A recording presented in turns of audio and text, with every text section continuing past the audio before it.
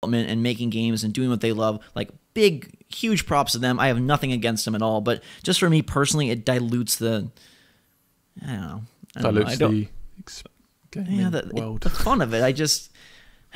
I don't know. Do you think Batman's going to be diluted? Do you think that, I mean, we talked about this recently, but I wanted to bring it up because I heard the guys over at Giant Bomb saw a live demo of Batman, and they said, this is for Batman Arkham Knight, they said it was possibly the best looking game they've seen for PS4, Xbox One.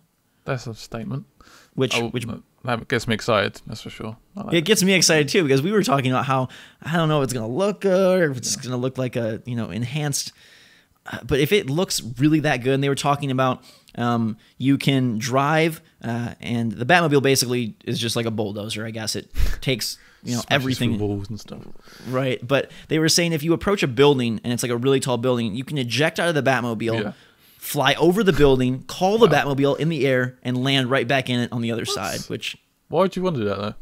Like if you wanted to you didn't want to drive around the streets, and you wanted to just go, like, as the crow flies, like, directly. So does he, like, smash in? So the Batmobile will smash through the wall, will it? Like, through the building? I don't think so. I think it probably just teleports, and then reappears like trickery. It's trickery. I don't like trickery. I want the facts to know where you want the car to really drive on the road. Well, if that was the case, it probably couldn't go through walls and do all the things it can do. It's interesting that they're making the games very focused on driving, but that the driving, like, it's not. You don't have to be technical with it. It sounds like the Batmobile just does what it wants and goes where it wants to go, and you can, what I mean? Like, you don't have to be. You have to be like a Forza expert or something. Or even like GTA. Like, if you're not careful in GTA, you can really make driving a living nightmare by crashing into poles and slowing down. And it sounds like they wanted to just make it like you are god of the road, go where you want to go. I'm interested to see what they do. I'm interested. I mean, I did sort of expect when we heard that it was just next gen that they would be upping it up a bit. Where I guess if it was just like a slight upgrade, like we was sort of worried about, that they would still bring it to like the old gen, like 360 and PS3, where they've purely gone, no, this is next gen, we want to spend more time on this and really pump this game out and make it look amazing. So props to them for doing that, because they've probably lost a few sales. But I love the fact that they are committed to next gen. I mean, we would be talking about Borderlands in a totally different light if they had brought that just to next gen, don't you think?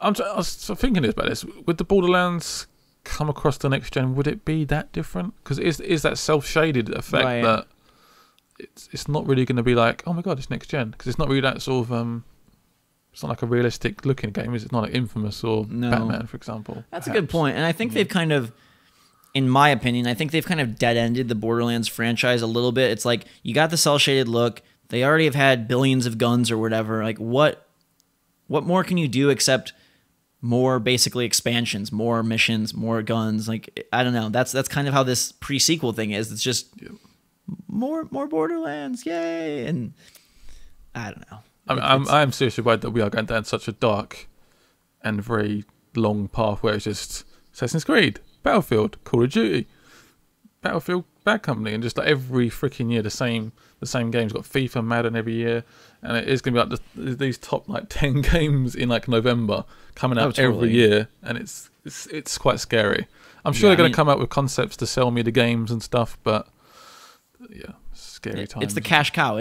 Everyone wants their Assassin's Creed franchise. Everyone wants their Call of Duty, and you hear quotes and read reports that investors and these top people want companies to create annualized series, and that's could be Watch Dogs again. We could have Watch Dogs every year. We could have Watch Dogs every year, and if you think about the best games, they're never like that. But the interesting thing is that people's favorite games are not almost ever the best games. So that's the sad part. Like, people will say, oh, Call of Duty's my favorite or Madden's my favorite, and they're not the best game, but it doesn't matter because favorites are what sells, and favorites are what drives enthusiasm. And very true. Like, what are people most excited for Xbox One? What game? Madden.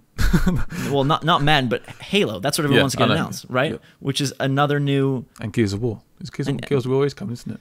Yeah, they're going to be doing a Gears of War. They're going to be doing a Halo. And it's like, Nobody's talking about Sunset Overdrive. Nobody's talking about Quantum Break. Granted, we haven't seen much of them, but If that's coming out this year, I'm worried. I'm not hearing much about this game. I've seen small trailers on them, but I haven't seen anything else. But I do think that's kind of cool, though. If they are taking more of the Infamous True. approach, like, don't show a lot and then drop it. And perhaps that's also because it's a new IP, and so maybe there's a different thought process with marketing in terms of like, hey, if it's Marcus Phoenix, if it's Master Chief, get them out there, as fast as we can. But if it's somebody who's